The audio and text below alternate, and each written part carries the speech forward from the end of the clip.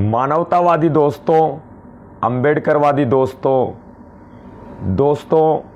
भारत देश के निवासियों, मेरे प्यारे दोस्तों, मेरी माताओं, मेरी बहनों, मेरे पिता तुल्य बुजुर्गों, मेरे दोस्तों, मेरी माताओं, मेरी बहनों, मेरे पिता तुल्य बुजुर्गों, मेरे भाइयों, आपको मैं बार बार ये संबंध गिनाकर मैं पूछना चाहता हूँ आपसे, क्या आप अपने देश को प्यार करते हैं? क्या आप अपने देश के संविधान को प्यार करते हैं? यदि आप मानवतावादी हैं, आप राष्ट्र प्रेमी हैं, आप देश प्रेमी हैं, आप अंबेडकरवादी हैं, आप एक सच्चे भारतीय हैं, आप एक सच्चे इंडियन हैं, तो ज़रूर आप अपने देश से प्यार करते होंगे जितना कि अपने परिवार से प्यार करते होंगे। आप हमारे देश के संविधान को उतना ही प्यार करते होंगे जितना कि आप अपने परिवार से प्यार करते होंगे। आज मेरी आवाज़ में आपको रुदन नज़र आएगा, आज मेरी आवाज़ में आपको दर्द नज़र आएगा। महसूस हो रहा है मुझे, लग रहा है मुझे कि हमारे देश का संविधान बदला जा रहा है और हमारे देश के युवा इस वहम में जी रहे हैं कि संविधान को हाथ भी नहीं लगा सकते, संविधान को बदल नहीं सकते। चंद यूट्यूब चैनलों की टीआरपी पाकर संविधान नहीं बचाया जा सकता। जो चंद यूट्यूब चैनल हैं वो सिर्फ तरह तरह की वीडियो लगा करके संविधान नहीं बचा सकते। बस मात्र कुछ ही लोग ऐसे हैं जो संविधान की रक्षा के लिए कदम उठा रहे हैं, जो लोकतंत्र की पहरेदारी कर रहे हैं। मैं खुद को, अपने आप को संविधान रक्षक मानता हूँ, मैं अपने आप को लोकतंत्र का पहरेदार मानता हूँ, लेकिन आज मुझे महसूस हो रहा है कि मैं टूट गया हूँ। आज मुझे लग रहा है कि मेरी हिम्मत जवाब दे रही है, क्योंकि सरकार के पास सभी अधिकार मौजूद हैं। नरेंद्र मोदी जी सरकार में हैं, देश के प्रधानमंत्री हैं, उनके पास सभी अधिकार मौजूद हैं। वो भारत देश का संविधान बदल सकते हैं और कोई कुछ कर भी नहीं सकता। आज हम सबको एकजुट होने का वक्त आ गया है दोस्तों। हम लोगों को मिलकर ये लड़ाई लड़नी ही पड़ेगी, भारत के संविधान को बचाने की लड़ाई। यदि भारत के संविधान को हमने खो दिया तो निश्चय ही देश के अंदर मनुस्मृति लागू हो जाएगी, निश्चय ही देश के अंदर आपातकाल आ जाएगा, निश्चय ही देश के अंदर कमज़ोर गरीब वर्गों को दबाया जाएगा, चाहे वो किसी भी जाति के और किसी भी धर्म के हैं। देश के अंदर मज़दूरों को दबाया जाएगा, गुलाम बनाया जाएगा।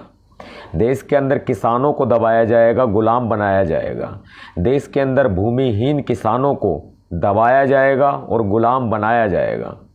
देश के schedule caste, schedule tribe, SC ST, OBC और माइनॉरिटी समाज जो कि मुस्लिम, जैन, सिख, ईसाई, पारसी, बौद्ध हैं, उन सबको दबाया जाएगा और अपना गुलाम बनाया जाएगा।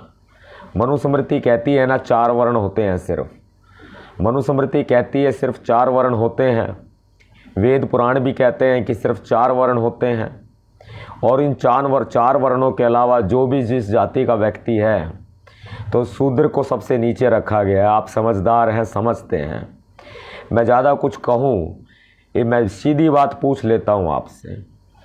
आप समझ नहीं रहे हैं, अब मेरी बात को समझिए। आपका ब्लड टेस्ट किया जा रहा है, आप मेरी बात को समझने की कोशिश कीजिए। आपके खून की जांच की जा रही है।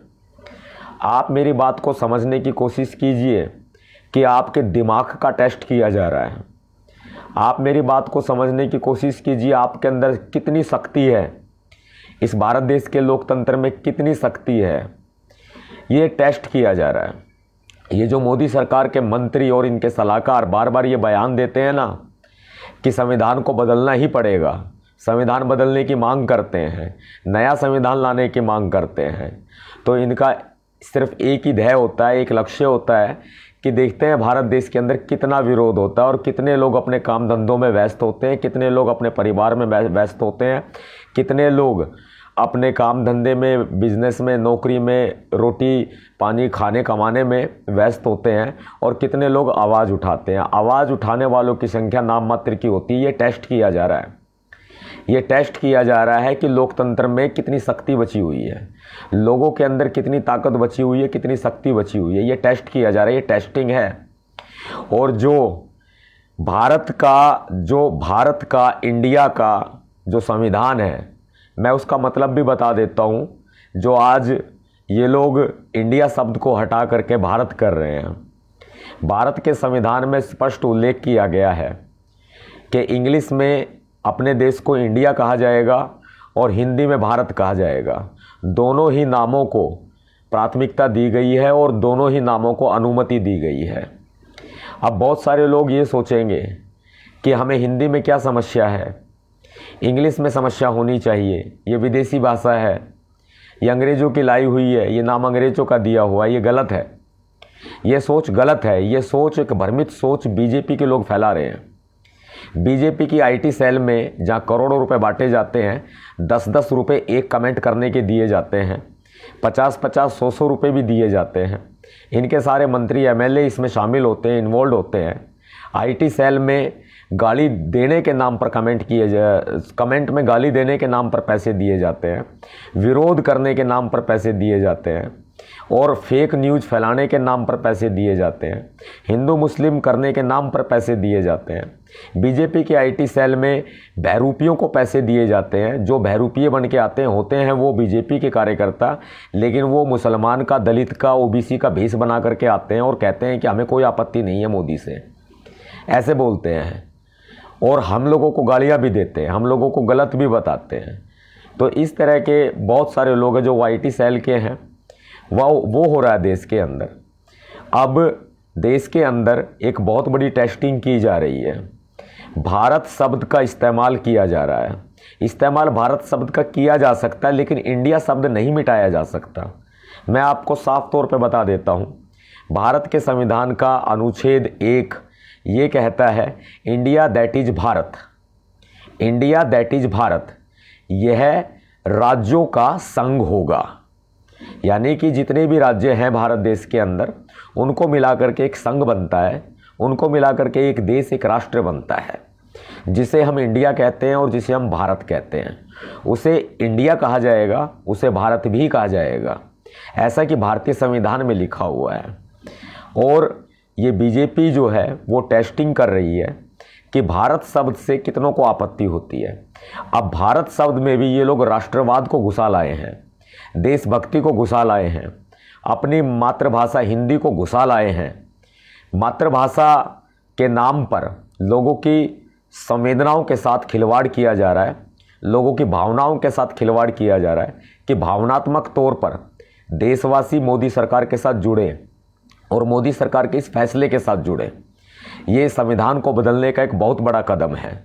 मैं लगातार चिंता जाहिर कर रहा हूँ और लगातार चिंता जाहिर कर रहा हूँ, बता रहा हूँ पूरे देश को, लेकिन आज मैं दोस्तों टूट गया हूँ। मैं करूँ भी तो क्या करूँ?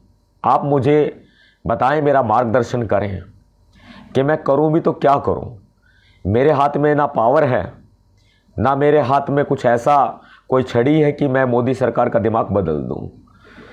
मैं कैसे इन लोगों को रास्ते पर लेके आऊँ? ईवीएम मशीनों में घोटाले हैं। मोदी सरकार अपना तय कर चुकी है कि 2024 में इनको आना ही आना है। इनका हौसला इतना बड़ा हाई हौसला होना तो आप समझते हैं ना कि ईवीएम मशीनों में धांधली है, ईवीएम मशीनों में घपला है। आखिर हम करें भी तो करें क्या? और अगर आपका भाई टूट गया ना तो समझो एक संविधान रक्षक टूट जाएगा। अगर आपका भाई सतपाल तंवर टूट गया तो समझो लोकतंत्र का पहरेदार टूट जाएगा। क्योंकि मेरी चल भी क्या सकती है, मैं ज़्यादा बोलूँगा ये मुझे जेल में डाल देंगे। मैं जेल से नहीं डरता, मैं फांसी से नहीं डरता, ये मेरे ऊपर हमला करवा सकते हैं। मैं चोट फेट से नहीं डरता बिल्कुल भी। ये मेरे ऊपर हमला करके मुझे जो है ये मरवा भी सकते हैं, लेकिन मैं मरने से भी नहीं डरता। अगर मेरा देश जागता हो, अगर मेरे देश को ऊर्जा मिलती हो, अगर मेरी कुर्बानी से, मेरे शहीद होने से या मेरे जेल में जाने से मेरे देश को अगर शक्ति मिलती हो, मेरे देश को ऊर्जा मिलती हो, मेरा समाज जागरूक होता हो, तो मैं तैयार हूँ। मैं बिल्कुल तैयार हूँ, लेकिन कहीं भी किसी भी तरीके से एक बार भी आप आवाज़ उठाएं, मेरा हौसला तो बढ़ाएं कि भाई हम आपके साथ, आप कुछ करो। मैं वादा करता हूँ दोस्तों, मैं मात्र 2 से 4 दिनों में वो निर्णय ले लूँगा कि मुझे क्या करना है, लेकिन आपको बताना पड़ेगा, मुझे आपको कहना पड़ेगा कि भाई आप करो, हम आपके साथ हैं।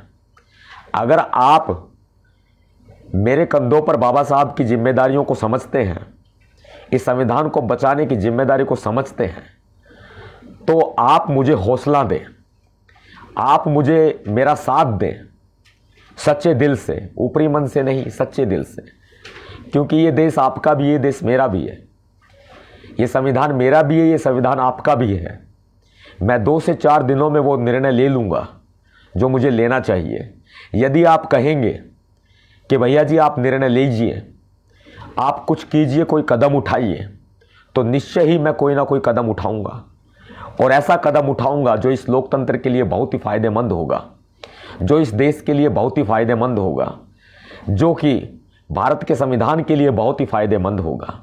मैं दोबारा से बता दूं कि भारत का संविधान कहता है, भारत के संविधान का आर्टिकल 1 कहता है, 1.1 कहता है कि इंडिया दैट इज भारत, यह राज्यों का संघ होगा, जो कि इंग्लिश में इंडिया है और हिंदी में भारत है। ये एक टेस्टिंग की जा रही है कि कितने विरोध के सवाल उठते हैं, क्या विपक्ष की और सत्ताधारी पार्टी की मिलीभगत तो नहीं, ये बड़ा क्वेश्चन मार्क लगता है। कहीं जो विपक्ष ने अपना एक गठबंधन बनाया है INDIA, जिसका शॉर्ट फॉर्म इंडिया बन जाता है, क्या हमारे देश को, हमारे इंडिया देश को, हमारी इंडिया कंट्री को, हमारे भारत देश को, क्या उसकी भेंट तो नहीं चढ़ाया जा रहा है कि वे लोग अलायंस का नाम इंडिया रखेंगे और मोदी सरकार इंडिया का नाम बदल देंगे। ये आज इंडिया और भारत में भेद करके, इंडिया और भारत में भेदभाव करके, जब ये सिर्फ भारत कर सकते हैं, हम भारतीयन हैं कि इंडियन हैं? भारतीयन, हम भारतीयन हैं कि इंडियन हैं? बताओ आप मुझे। आप ये कहो कि हम भारतीय हैं, आप ये कहो कि हम इंडियन हैं, ये कहना अच्छा लगता है, क्योंकि भारत का संविधान कहता है कि आप इंडियन हैं और आप भारतीय हैं। ये कहना हुआ अच्छा लगता है। अब ये टेस्टिंग बड़ी हो रही है कि इसमें देखते हैं कितना विरोध होगा, और फिर इस टेस्टिंग में ये सफल हो गए। आप देखते हैं ना, कोई वैज्ञानिक या डॉक्टर कोई परीक्षण करता है, कोई ऐसा इक्विपमेंट बनाता है, कोई वैज्ञानिक, जो कि उतारना है बाज़ार में या मैदान में, कोई भी गाड़ी तैयार की जाती है, कोई इंजन तैयार किया जाता है, कोई दवाई तैयार की जाती है, कुछ भी चीज़ ऐसी तैयार की जाती है, तो उसकी टेस्टिंग ज़रूर की जाती है। उसकी टेस्टिंग की जाती है, क्या इसके साइड इफ़ेक्ट होंगे और क्या इसके इफ़ेक्ट्स होंगे। पॉजिटिव इफ़ेक्ट्स को एक साइड में रखा जाता है और साइड इफ़ेक्ट्स को एक साइड में रखा जाता है, जो कि नकारात्मक परिणाम और सकारात्मक परिणाम होते हैं। अब इन परिणामों की ही इंतज़ार में नरेंद्र मोदी की सरकार है। पहले भी ये लोग टेस्टिंग करते रहे हैं, अभी भी ये लोग टेस्टिंग कर रहे हैं। अब इनका अगला कदम होगा इंडिया से हटा के भारत करना। भारत और इंडिया में कोई भेद नहीं है, लेकिन भारत के बाद ये लोग सीधा हिंदुस्तान करेंगे, जो कि सिर्फ एक हिंदू राष्ट्र होगा। हमें हिंदू धर्म से कोई आपत्ति नहीं है, मेरा खुद जन्म हिंदू धर्म में हुआ है, हम जन्म से हिंदू है। बाबा साहब अम्बेडकर भी जन्म से हिंदू ही थे, हम भी जन्म से हिंदू हैं। हमारे मन में सभी धर्मों के लिए एक आदर सत्कार है, एक सम्मान की भावना है। हम किसी धर्म का या किसी जाति का विरोध नहीं करते। हम सच्चे भारतीय हैं, हम सच्चे इंडियन हैं।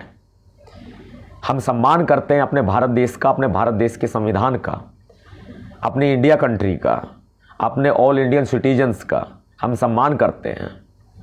लेकिन आज जिस तरीके से देश को पीछे धकेलने की कोशिश की जा रही है और मनुस्मृति के दौर में ले जाने की कोशिश की जा रही है, ये बहुत ही बड़ा चिंताजनक विषय है। और इस टेस्टिंग में बीजेपी सफल हो जाएगी तो संविधान भी बदलेगी बीजेपी। इस टेस्टिंग में बीजेपी सफल हो जाएगी तो भारत और इंडिया का नाम बदल करके ये हिंदुस्तान भी करेंगे। ये मैं बहुत बड़ी बात बता रहा हूँ आपको, नोट कर लेना इस बात को आप।